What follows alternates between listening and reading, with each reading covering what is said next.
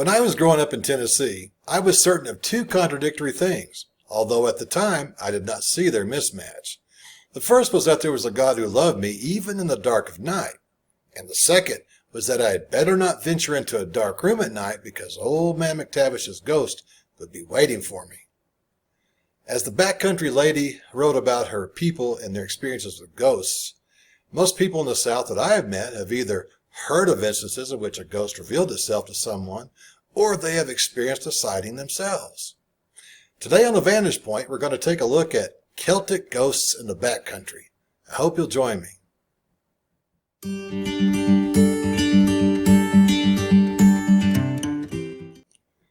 I had my own personal experience with Mr. McTavish.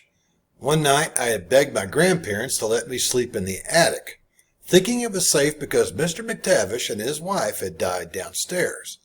He was found dead in the doorway between the kitchen and living room by a neighbor. He'd been there for several days, apparently. We had the kind of attic stairs in that house that fold down from the ceiling. Once I settled my 8-year-old body into the twin bed in the attic, my doting grandmother folded the stairs up behind me. She was afraid I would stumble down the stairs in the dark, and if the stairs were up, I wouldn't try to get down. The attic was really a neat place for kids. It was partially finished on one end, while the other half was still in rough form. There were 2 windows on each side of the house, and street lights from outside provided dim lighting throughout the central part of the attic, but there were dark shadows in there. As I lay in the bed, I could and did survey the entire floor area. The area was clean of all apparitions, including Mr. McTavish and his deceased wife. I had a transistor radio, which back in those days those were common, under my pillow to help me go to sleep. When I felt drowsy, I reached under my pillow, found the transistor radio, and rolled over onto my back so I could place the radio on the nightstand. My searching eyes found much more than the nightstand, for standing at the foot of my bed was a man dressed in a suit. He said nothing. He only stared at me. After I had adjusted my sight and realized that the man, the ghost of Mr. McTavish, was still by my side, I began to scream at the top of my lungs. I wasted no time in pulling the covers over my head. Within hours, it seemed, I heard the stairs being lowered and the soft voice of my grandmother. I asked her if she'd seen anyone, and she said no. To this day, I believe I saw someone, but I am sure that I was conditioned to expect it. My imagination must have filled in the gaps left by the lights and the shadows across the attic.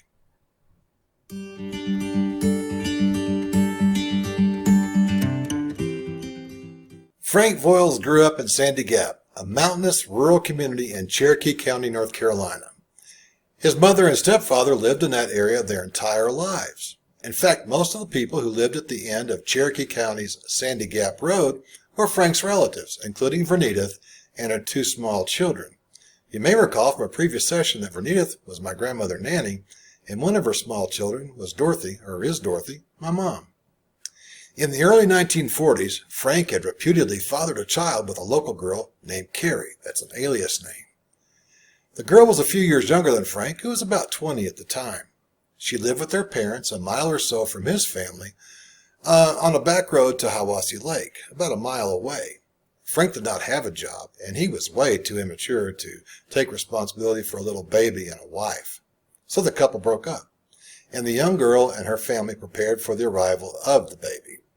Clothes were made, toys were fashioned from local materials, and the girl's parents made room in the tiny log house for the infant's crib.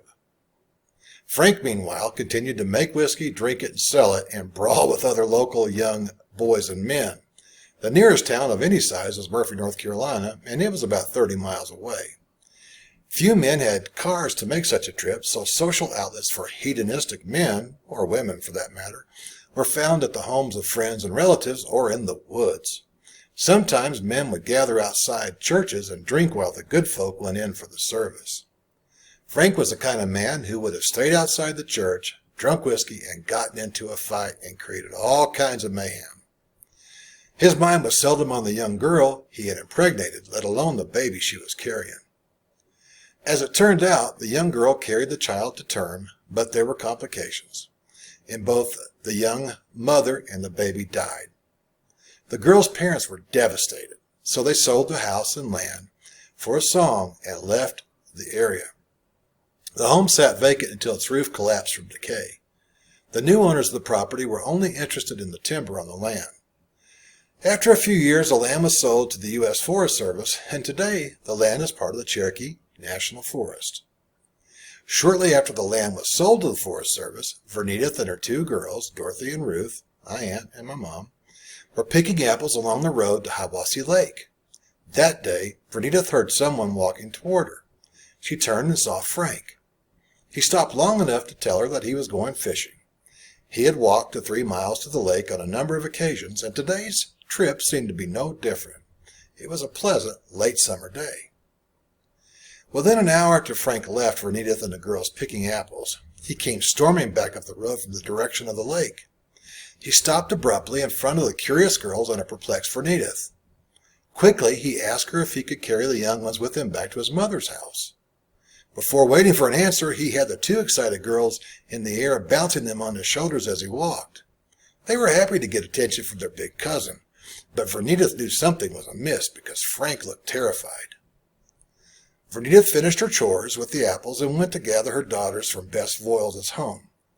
When she got there, Frank told her a worrisome story.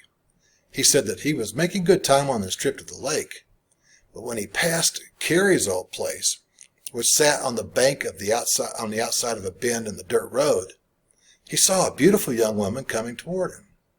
At first he thought it was someone from down by the lake. As he fixed his eyes on her, he saw that the girl was Carrie. He stood frozen as the apparition moved to within a few feet of him. She was wearing a long dress, and her hair was hanging down to her belt line. She was beautiful, but dead. Frank watched her float a few inches above the ground as she slowly disappeared. Stunned beyond any experience he'd ever had, Frank swore to his believing aunt that his story was true. As is the case with superstitions, many folks in the upland South are conditioned to accept strange events and their possible supernatural explanations.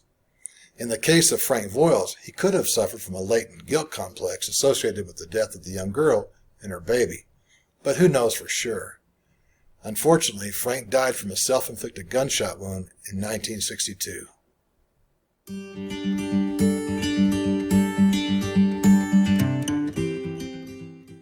When I was growing up, friends would entertain each other with ghost stories.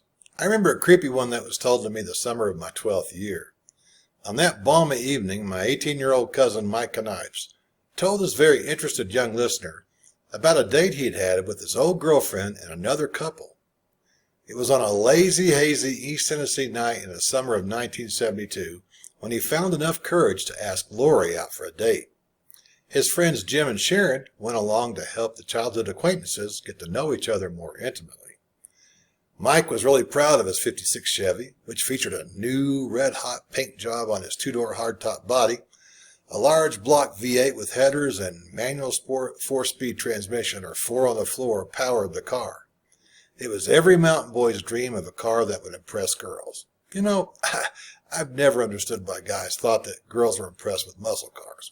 Well, at any rate, Mike told this story about his double date with Lori, Jim, and Sharon on a lonely gravel road that winds its way through the ridges and valleys of southwestern Anderson County and East Tennessee. According to Mike, and I quote, "We was in Oak Ridge driving up the strip from Shoney's to McDonald's. We was getting bored. So I asked the girls if they wanted to ride out to Haney Holler. They said sure. So we drove on out that way. Then Sharon told Jim that he ought to tell Lori and me about the murder of that young Smith girl that happened a few years ago, earlier down there in that Haney Holler. So, as we was making our way around the curves down that dark dirt road, Jim says, Hey, y'all, pull the car over there around that butt-kissing curve. We could find a parking place right next to that white oak tree on the right. Y'all ever hear about that murder that happened up here about a dozen years ago? I want to tell you about that Smith girl that got killed over in that field next to that old abandoned house." Jim motioned with his hand for us to look out the window of the car to an overgrown cornfield on the right side of the road. "We could see it plain because the moon was a-shining," he said. On the other side of the road was an old abandoned house. The moonlight was so bright that the creaky old house that sits there, looked like it was making a shadowy finger that was pointing at them. We sat there in that car frozen stiff, he said, and he continued. I didn't want everybody to know I was scared, so I calmly said, let's get out. I told Jim to tell us about what happened to that Smith girl. All four of us got out of that car. I got a blanket out of the trunk for us to lay down on. I'm telling you what's the truth. We laid down there on that blanket with the moon shining over that house, and I could have sworn that old porch was a-pointing at us. Anyway, Jim told us that his daddy told him about how one day that innocent Smith girl, I believe her name was Rita Velvet, was busy doing her chores. It was in the morning when she went to busting kindling for a cook stove. Her mom and pa was over in the next holler picking up walnuts or something, when this feller pulled up in a loud car. Her daddy told the police later that he'd heard a car revving up its engine. I reckon that got him to thinking maybe he ought to go see what was happening at the house. He lit out a running, but before he ran 20 paces, he heard 3 gunshots ring out. When he got to the house over there, his sweet daughter was laying in a pool of blood in that clay soil over there. Police said it looked like they'd had an attempt to assault the poor girl. So she had grabbed an axe as she tried to get away from that feller. I think her clothes were ripped off or something like that.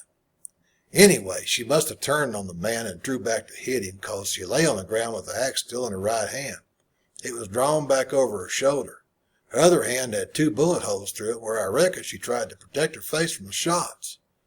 Of course, the bullets went through her hands and her head. Police said she was dead at 4 o'clock before she hit the ground. I told Jim, that's some bull. And Lori got up and said she wanted us to take her home. I could have kicked Jim in the teeth for that.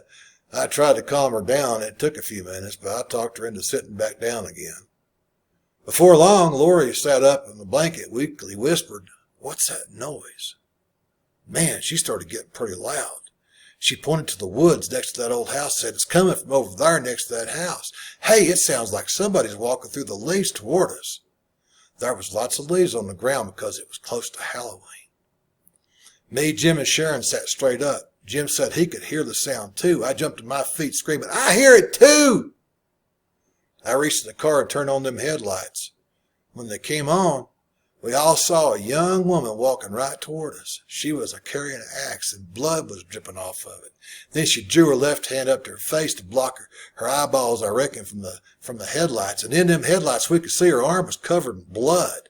I'll tell you what, we jumped in that car and we got the heck out of there. My wheels was throwing dirt and rocks, and we fishtailed all the way back to Highway 61.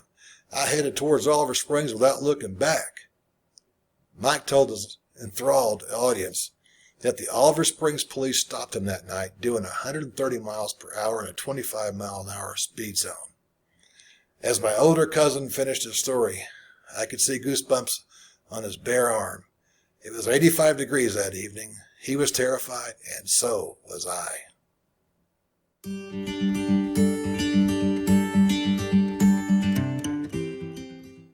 In Ottawa County, Oklahoma, a light has been spotted in the farmlands east of Miami for over a century.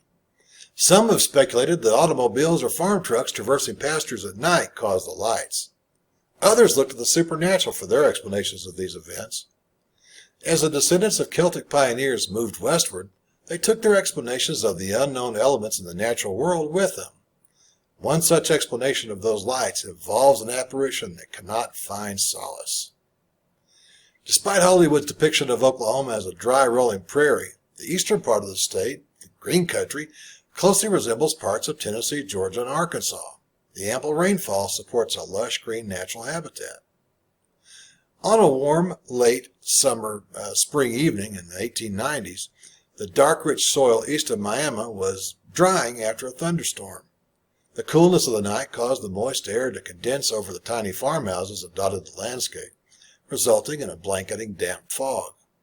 In one of those little farmhouses lived a farmer, his wife, and their preteen son. On this particular evening, the farmer had gone to Joplin, Missouri to trade for a horse. Because the storm had raged for over an hour, the young boy was not able to feed the hogs and bed down the horses before sunset.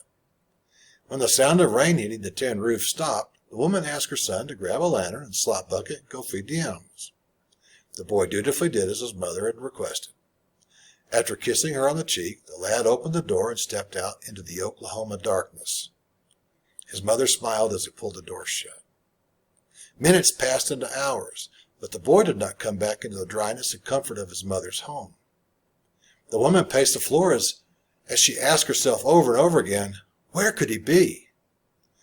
Just before midnight, she decided to take a lantern and look for him outside. She lit the oil lamp that she kept in a cupboard and opened the door, hoping to see her son waving to her from the pig pen.